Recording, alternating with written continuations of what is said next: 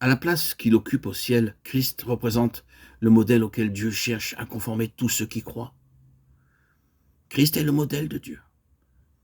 La présence de Christ dans la gloire, en effet, ne représente pas seulement en ce qui nous concerne une position substitutive, mais aussi un état à réaliser. C'est une bénédiction merveilleuse sans doute de penser que Christ est là-haut comme notre répondant et de savoir que tout ce qui est vrai de lui dans la gloire est porté au crédit de ceux qui croient et qui sont désormais acceptés dans le bien-aimé. Éphésiens 1,6. Il y a là une révélation de la grâce de Dieu qui englobe tout et qui ne devrait jamais cesser d'être le thème de nos louanges et le fondement de notre assurance.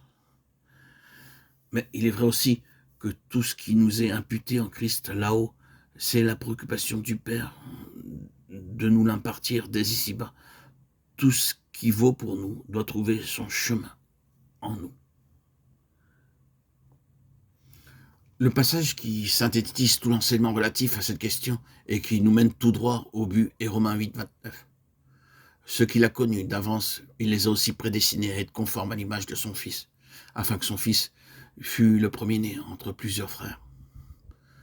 L'objectif de Dieu donc est d'avoir une famille pleinement conformée à l'image de son Fils tel qu'il est maintenant à sa droite. Cet objectif-là délimite et circonscrit tous ses intérêts. Ils tournent tous là autour.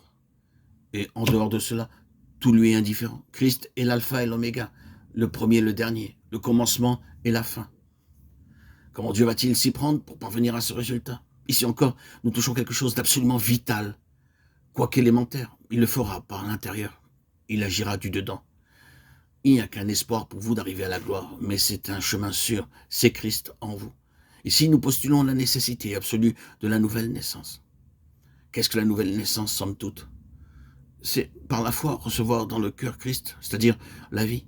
Non pas la vie en tant qu'abstraction, mais la vie qui est indissolublement liée à la personne. Il ne peut pas en être autrement puisque le Saint-Esprit est une personne. Il est l'Esprit de Christ et il est l'Esprit de vie. Aucune relation avec Christ n'est possible en dehors de l'habitation intérieure du Saint-Esprit. Si quelqu'un n'a pas l'Esprit de Christ, il ne lui appartient pas. Romains 8, 9. Ainsi, Christ, le Saint-Esprit et la vie éternelle sont un, en tant qu'ils sont tous les trois la base de notre relation avec Dieu. Christ est l'objectif et la réalité centrale. Le Saint-Esprit est le divin agent. La vie éternelle est le fondement de nos rapports avec Dieu. Quels que soient les termes que nous employons, nouvelle naissance, né de nouveau ou d'en haut, régénération, née de Dieu, la signification reste la même. Nous recevons en Christ par le Saint-Esprit la vie de celui qui est à la droite de Dieu.